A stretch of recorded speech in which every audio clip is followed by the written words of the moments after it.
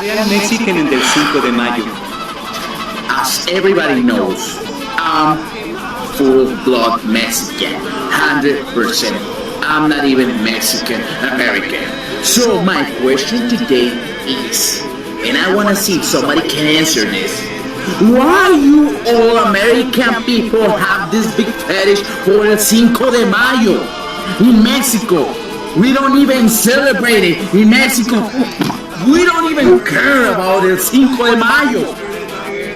Anyway, just be safe out there, enjoy your shitty Tex-Mex food. Don't drink too much margarita. Don't do anything stupid. Don't get in trouble. And please, send me some towels. Yes, because everybody loves.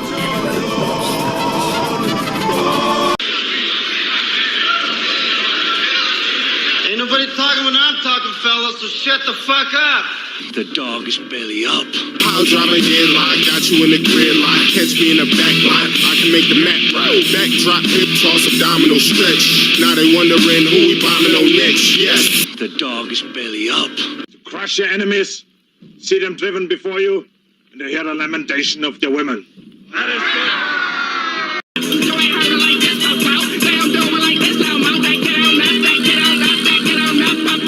Oh, Stephen, there's one more thing I had to mention. What is it? I love you. The dog is belly up. If they don't give me proper credit, I just walk away. Patos locos forever. Forever! Forever.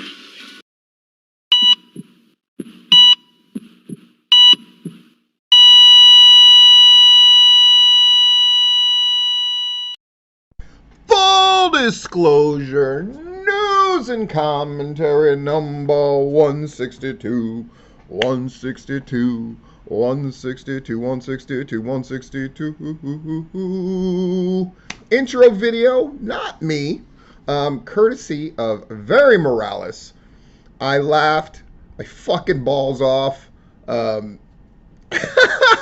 His take on Americans' obsession with Cinco de Mayo and the weird traditions was phenomenal.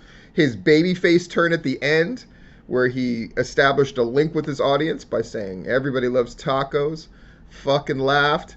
I think it's the best thing he's ever done. I remember working with him on promos at Southern Honor, of all places.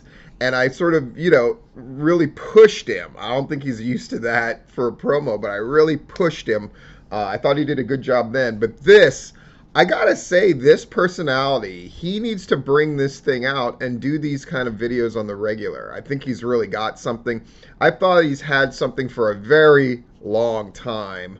I kind of singled him out just based on pictures and things that I had seen, clips that he had done of sort of like crazy spots and stuff. And I thought, this guy's got a really unique thing about him, and this sort of reinforced that. Of course, the other event is Mother's Day. Mother's Day fucking happened, and it was yesterday, and it was wild. At my job, Mother's Day is their biggest day of the year. So I am wiped out, and I am about to go to work, but I wanted to make sure this got done first. IWE, yes, I will be there on Saturday with the kids.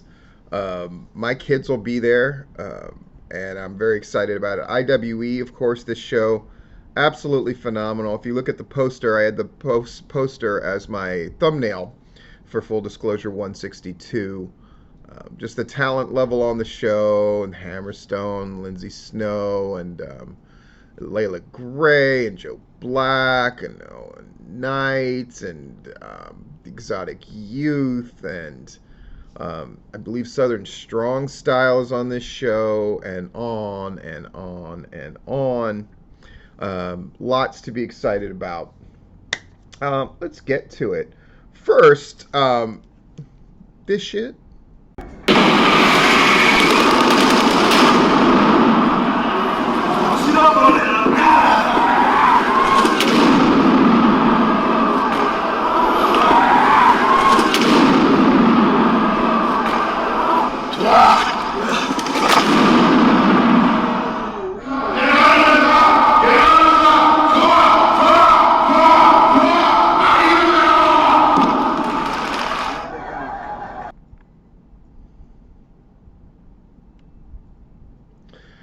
All right.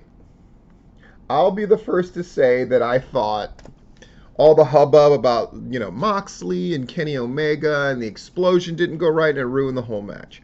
I get that as someone who was a huge Game of Thrones fan, but now I can scarcely fucking stand to even think about it because of the fucking season 8. I get that, the notion that the end is the most important. But I always thought that was overblown until I saw those explosions and those fireworks. And then I'm like, yeah, they should have fucking did it like that. Crazy shit. Something that made me laugh relatively recently is, Superstars Fan Fest is coming up, and good old Sean Ambrose, we won't go back into that. But he put this question out here: who should we bring in? And my favorite response, of course, by Miles was, here, let me make sure I'm...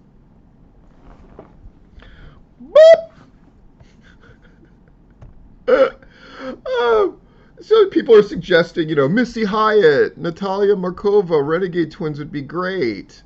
Only 80s and 90s stars, says Roy Palmer, who seems like he's a fun guy. But then Michelle Carver, Sting, and honor the tickets we purchased. Oh, shit! Michelle Carver, if you are single, call me. I love being right about shit. Love being right about it.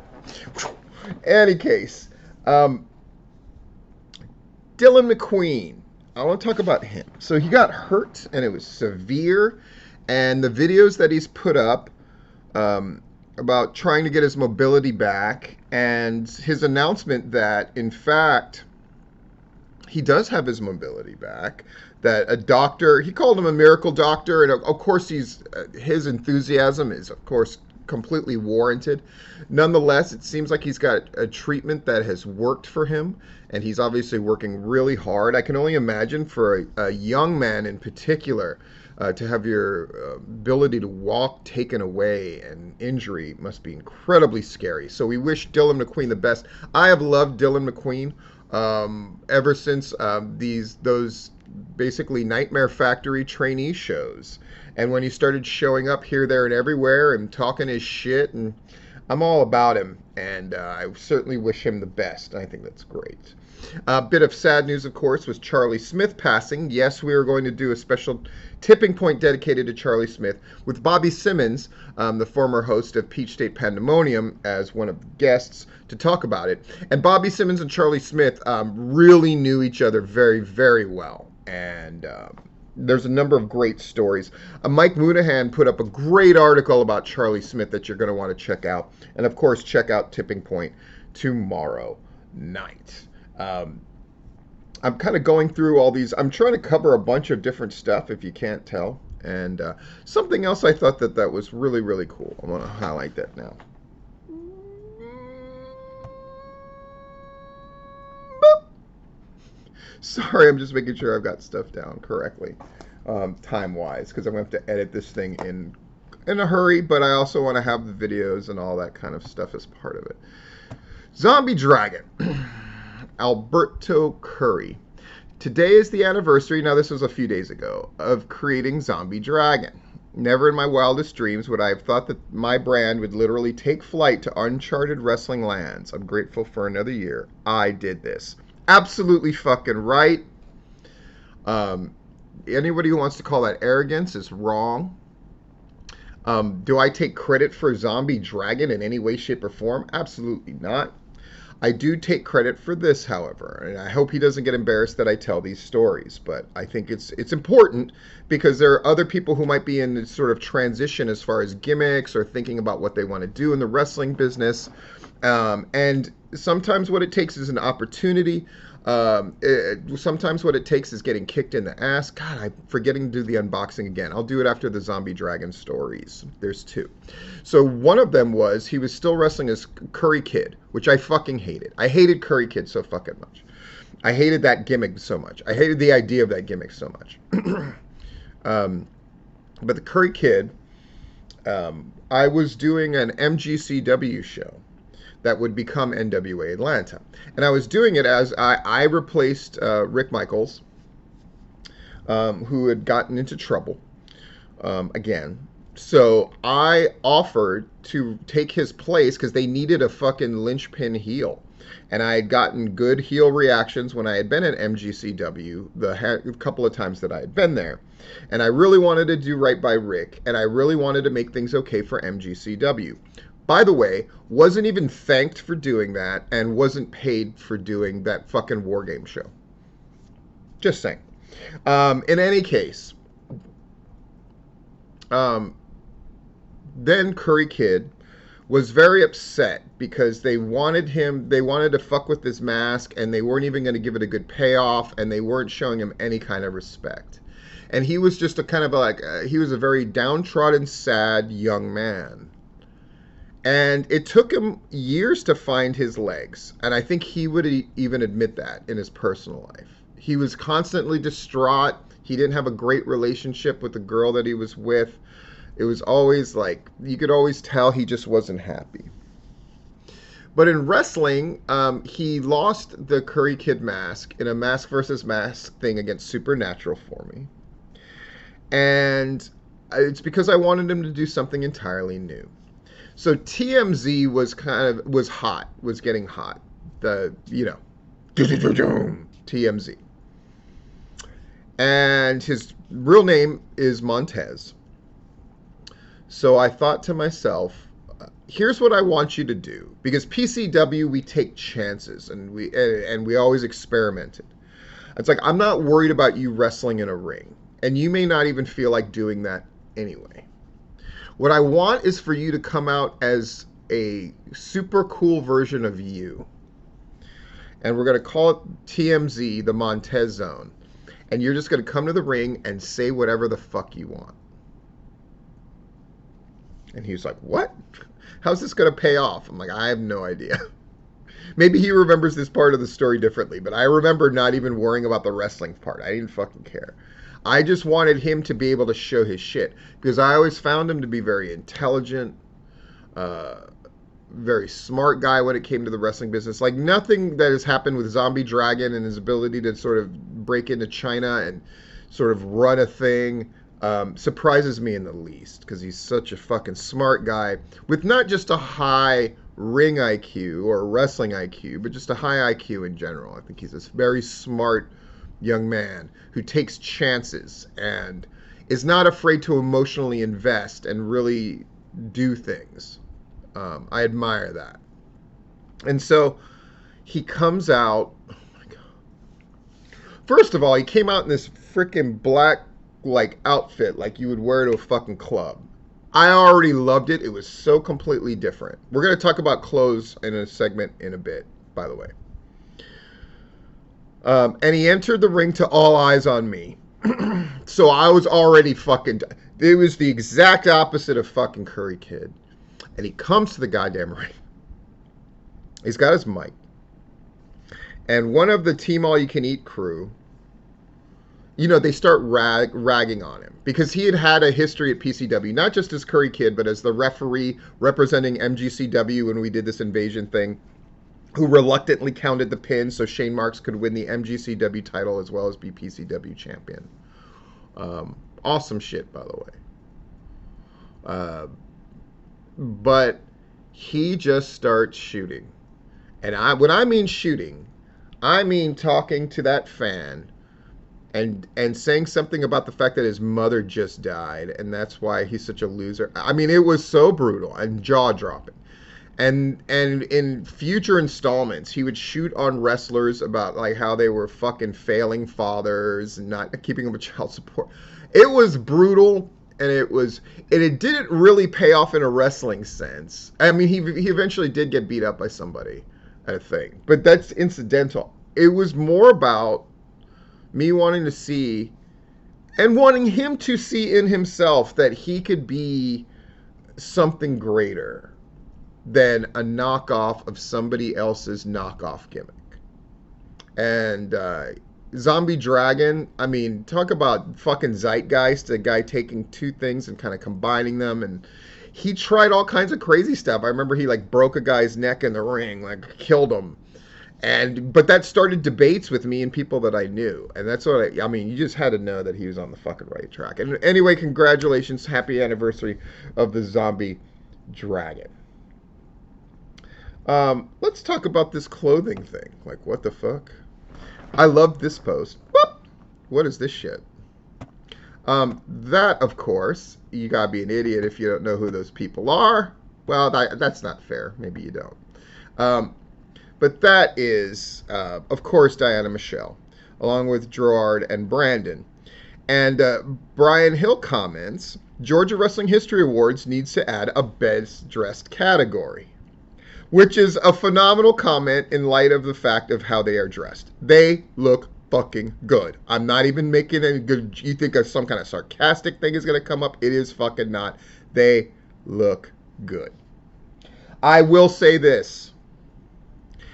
If Brian Hill here is saying that they need to add a best dressed category to include these three people, I would agree. If he is saying that they are a lock to win, he is wrong. I would argue that Matt Hankins is the best dressed person in Georgia wrestling right now. But this does bring me to another point. Guys need to fucking show out and dress. And I don't just mean necessarily jacket and tie. I mean show the fuck out. I mean show up NBA fucking player style to events. Now you're like, Steve, what does that fucking matter? And this is not me being some kind of traditional old school wrestling person. You need to. This is me saying that you never know what's going to get you the right kind of attention or look. And fucking dripping out, there's nothing wrong with it. Do I have a signature? You're goddamn right. Do you think I walk into a wrestling building without that green jacket on? I do not. Do you think that my instructions to my kids were, I'm going to IWE to work. I'm bringing you with me. We have to fucking show people what the fuck is up? You're damn right I told them that. And I would love to see, and whenever I see a wrestler who's got a bit of a look about them as they come in, I always point it out. It is impera-fucking-tive.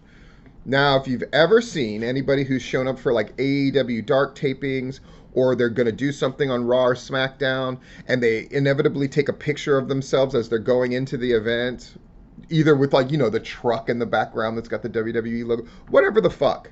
How are they dressed? They're always dressed great. They say dress for the job that you want.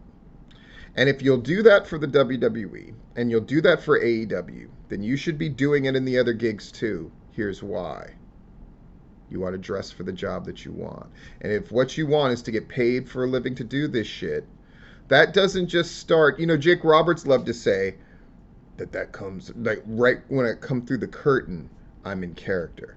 But the truth is, when it comes to getting a job in wrestling, even in this time where there's a ton of opportunity, every little bit of whatever you can do to help yourself, it starts from the moment you decide what you're going to pack and what you're going to wear before you get into your car or plane, train, and automobile on your way to the show. I'm not a big believer in method acting in wrestling, but I am a big believer in the fact that you're always vying for the next job, even if you already have one. And anything you can do to stand out and show out, my God, you're in the fucking performance and fantasy business. You better fucking do it. Every day I thank that green jacket. It's fucking imperative. I've given advice in the past before, and some people listen and most people ignore. I'm telling you. Have you worked on your fucking autograph? Now I'm telling you, what's the look that you want to walk into these places with? But Steve, I want to be comfortable. Then you should have fucking picked a different line of fucking work. Comfort. I'll tell you what's comfortable. Here, Cody Rhodes, $5 million a year. It's comfortable. You ain't there yet. Say no more. Say no more. Say no more. Let's go over the shows that happened. And then we will have our commentary, which is about somebody who asked me to take a look at something. We're going to talk about that and all the implications thereof. Action Wrestling, Larry was there. Jawbreakers, sounds awesome. Looking forward to seeing Anthony Henry again. Again, you know, I love that Action is now drawing really on their own. Their talent level, incredibly high. Really good show. AC Mack being a star. Anthony Green, by the way, who he wrestled, I'm a big fan of, and I've got to see on multiple Florida shows. That guy is fucking talented as fuck. Man. And I loved seeing Andy Ripley, Irving West, Eric Walker making the rounds. They were at a IWE show that I was at, and they got themselves booked on the thing, but they were just there to help out. And I think that kind of attitude is really, really wonderful. But Action really pulled off a great fucking show. I'm excited about the Southeast First thing. I'm excited about that series that's going to come from TWE, that's going to be on IWTV, which means I'm going to get to see it. Very excited about all of that. We're going to talk about Southern Honor last, because it warrants that. Southern Fried, Larry covered that as well. Attendance 225. David Ali's swan song there. And it's Southern Honor. And David Ali's post about Southern Honor I thought was particularly lovely and wonderful. But Southern Fried keeps marching along. And it appears that they're building, I don't want to spoil it, because there's no reason for me to spoil it, but I think there's a couple things that they are brewing and doing that are really going to pay off huge. It's fantastic. Again, we are in an age where I would say the average booking of more prominent shows has never been better on average. Now, I'm not saying there hasn't ever been anybody that did anything higher and better than what anybody else is doing right now. I will say that the overall average is way higher than it has ever been, and that's a testament to people like Todd and Dylan. I mean, the booking going on at Pro South is absolutely incredible. Action as well. Just the booking is at an all-time high. Knowing what's going to happen at IWE, I can safely say that IWE is going to be absolutely great as well. And people are telling stories. People are doing cool stuff. Leagues that, you know, previously I would not have associated with good storytelling are telling great stories with slow burns and long-term effects.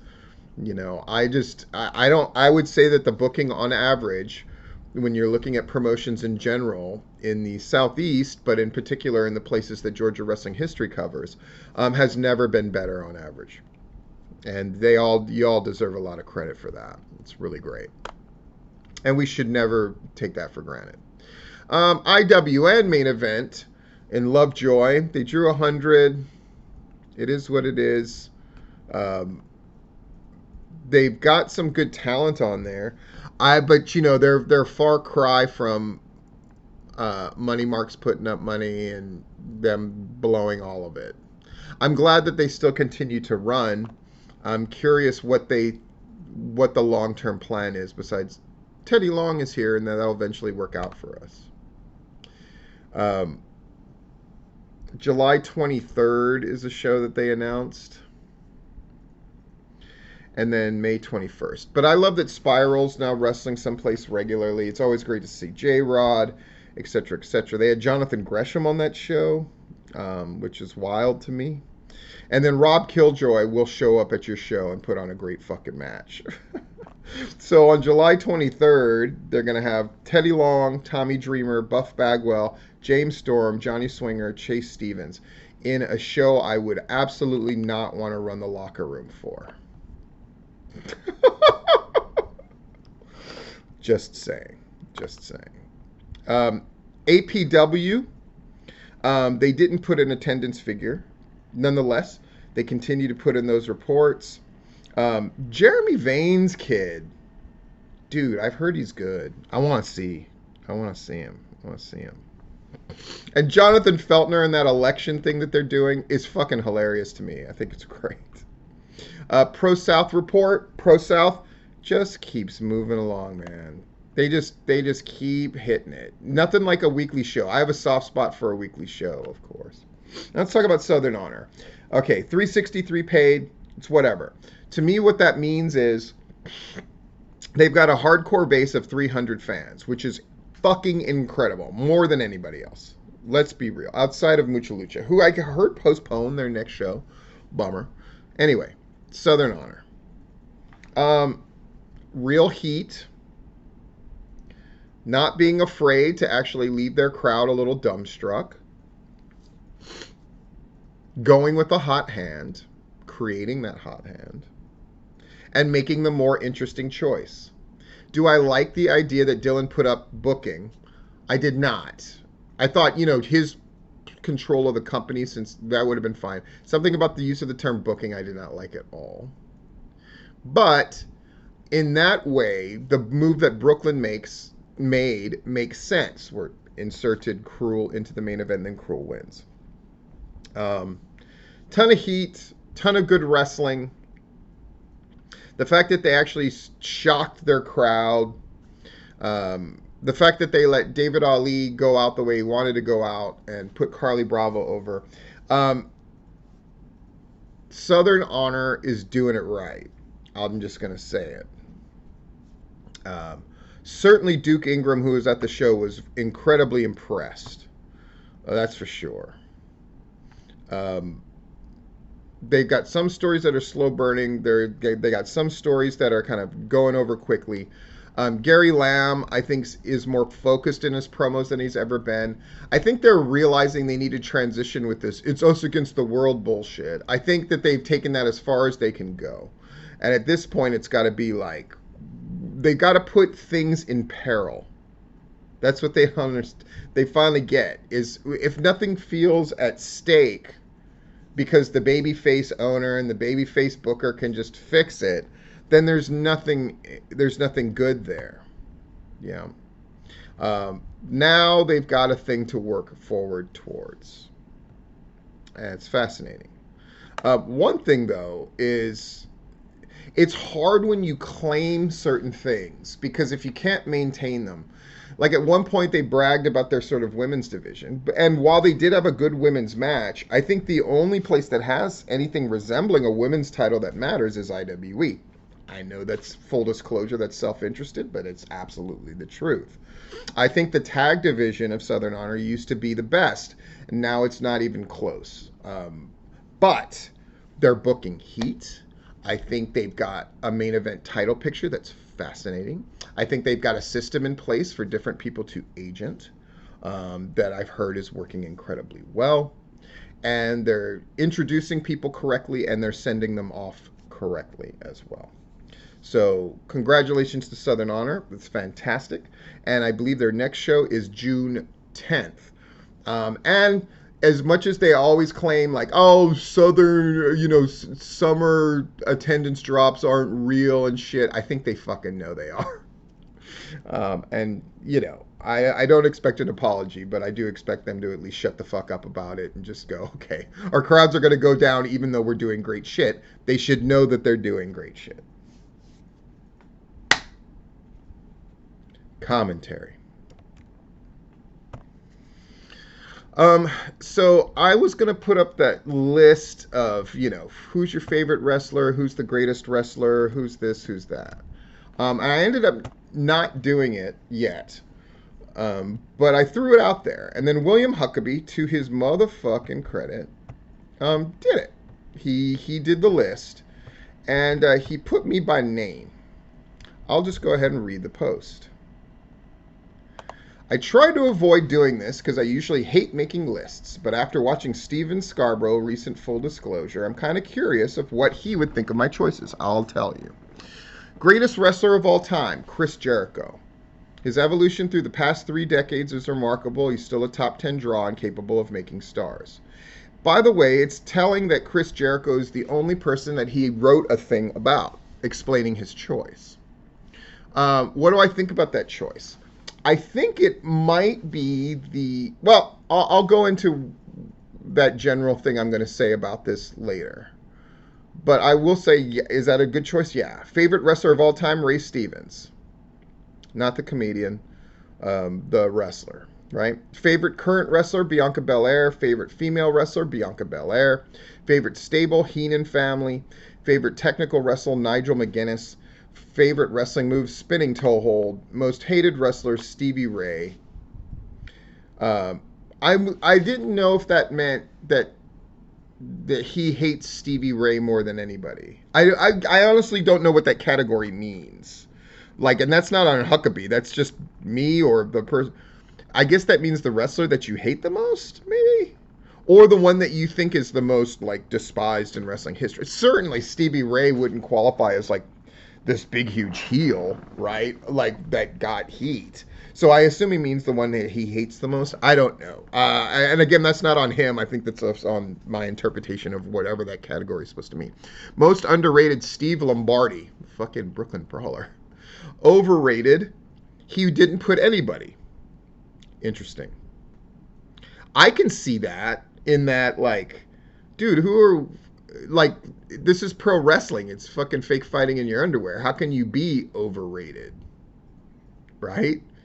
If you're over, you're over. If that's the argument that he's making by leaving that deliberately blank, and I can only assume that he made that as a conscious decision to leave that blank, I love that. It's one of those that definitely would turn me around on what I would say. Favorite tag team, the Gangstas. Favorite entrance, Grado. Favorite theme song, Swerve Strickland, Ain't Nobody by Shaka Khan. Favorite wrestling family, the Armstrongs. Mount Rushmore, McMahon, Inoki, El Santo, and Carl Gotch. What is my overall impression of this list? It doesn't mean every single choice on here falls under this category, but I will say, and this is not just an indictment on him, and I'm using that word indictment, and people are like, oh fuck, here we go. And you should go, here we go. Because it doesn't just apply to Huckabee, it applies to fucking almost everybody's list that I've seen. And almost everything that everybody says about wrestling publicly, especially wrestling people. And that it is contrived. None of these feel like, I won't say none of them. Only a couple feel like real gut instinct. I didn't have to think about it because it's the absolute truth things. Otherwise, it reads to me, and again, does this mean I'm absolutely correct? Does it mean this is my fucking opinion of interpreting a list about a bunch of pro wrestling shit from a pro wrestling person? So take that for what you will. But the spinning fucking toe hold, get the fuck out of here. And if that's your favorite move, do you fucking do that hold all the fucking time? I would guess not. I don't know. Ray Stevens to me is the one that stood out the most. It just seemed like a choice that was like, I'm going to appeal to old heads and I'm going to show that I fucking know wrestling and blah, blah, blah, blah, blah. Now, I would venture to guess that I've watched more Ray Stevens matches lately than anybody because I've fallen down the Nick Bockwinkel rabbit hole to the point where I would almost put Nick Bockwinkel on my fucking Mount Rushmore at this current moment because I've fallen into love with some fucking Nick Bockwinkel. And if you're on my Patreon and you've watched the Platinum Pinfalls, I've gone at great lengths to have multiple Nick Bockwinkel things about, like, god damn, has any world champion, like, who's a real world champion, ever had a period in their career where they did not fall off? I mean, he was doing 1 hour draws with Kurt Hennig in the last couple of years of his career. And they were great. And he was tag champions with Ray Stevens for more than 4 years in total, in addition to being world champion for more than 8 years in total. So I don't think anyone's had a career like Mick Bockwinkel. Now, that's just me speaking from the gut. If you look at his Mount Rushmore, McMahon, okay, I can see that argument, honestly. Inoki, that's a choice of somebody who's just trying to pick the biggest Japanese name there is. But then, of course, these are personal foibles. Okay, so Steve, put up or shut up. What are your fucking gut instinct fucking things? Right? Greatest wrestler of all time. This is just, Again, most these things are just personal, have nothing to do with impressing anybody else. But it's fucking Danny Hodge. It's Danny Hodge. I think he's the greatest wrestler of all time. That said, fucking Huckabee's choice is fucking great, Chris Jericho. I'm just going to compare my choices to his. Danny Hodge, when you look at his career, when you look at the fact that he was like a boxing champion and an amateur wrestling champion, so before there was this idea of mixed martial arts, he was, it could be argued at one point, the most dangerous man in the world, legitimately. And in pro wrestling terms, clearly got what was going on and was legitimately fucking strong and powerful and intimidating. I talked earlier about the Charlie Smith stories about Danny Hodge, you know. But in terms of like, if you're going to account for being a draw and that kind of thing, it's not Danny Hodge, it's Ric Flair in my eyes, right? I think he made more people than anybody. He kept territories alive by his presence in the same way that Andre the Giant did, but he worked more. And he was the consummate wrestler's wrestler. But I think Chris Jericho is a really great choice. Favorite wrestler of all time? I mean, who am I to tell him his subjective favorite wrestler of all time isn't real? I'm just saying, to me, it's a lot of this list seemed like a contrived thing of like, let me put this name out here that's maybe a little more obscure than it's supposed to be, whatever. Who's my favorite wrestler of all time? It's Bruiser Brody. I'll never get over that live experience of seeing him just fucking hurricane and wipe out all those chairs and all that shit. Favorite current wrestler? Again, gut instinct. I'm laughing because I'm just going to say the first thing that popped into my mind. It's fucking Hook. I look forward to seeing his shit. I look forward to the little things he does. I look forward to the evolution of him. You know, I look forward to watching it. Favorite female wrestler is Hikaru Shida. No. Fuck that. It's Sasha Banks. That's who I enjoy watching. If I gotta say favorite, whose matches will I not miss ever? It's Sasha Banks. That said, Bianca Belair, I think, is a great choice either way. Favorite stable, Heenan family. That's not my favorite. But King Kong Bundy and John Studd. What's fun about that shit? That's just my personal. And again, this is a subjective thing, right? Favorite stable. My God. I mean, it's, you know, Forever the Horseman. Forever the Horseman. Favorite technical wrestler, Nigel McGuinness. This one has changed over the years, and right now it's fucking Bryan Danielson. So expert. So great. Favorite wrestling move is the pile driver. It's just it's one of those consummate wrestling moves that I just think works, and there's something about it that's so wonderful. And the pile driver, it's a great name too. It's like the DDT. It's just the fucking perfect name for a move. Most hated wrestler. So the one I guess I'm gonna go with the one I dislike the most. Most hated wrestler. I gotta say Hogan.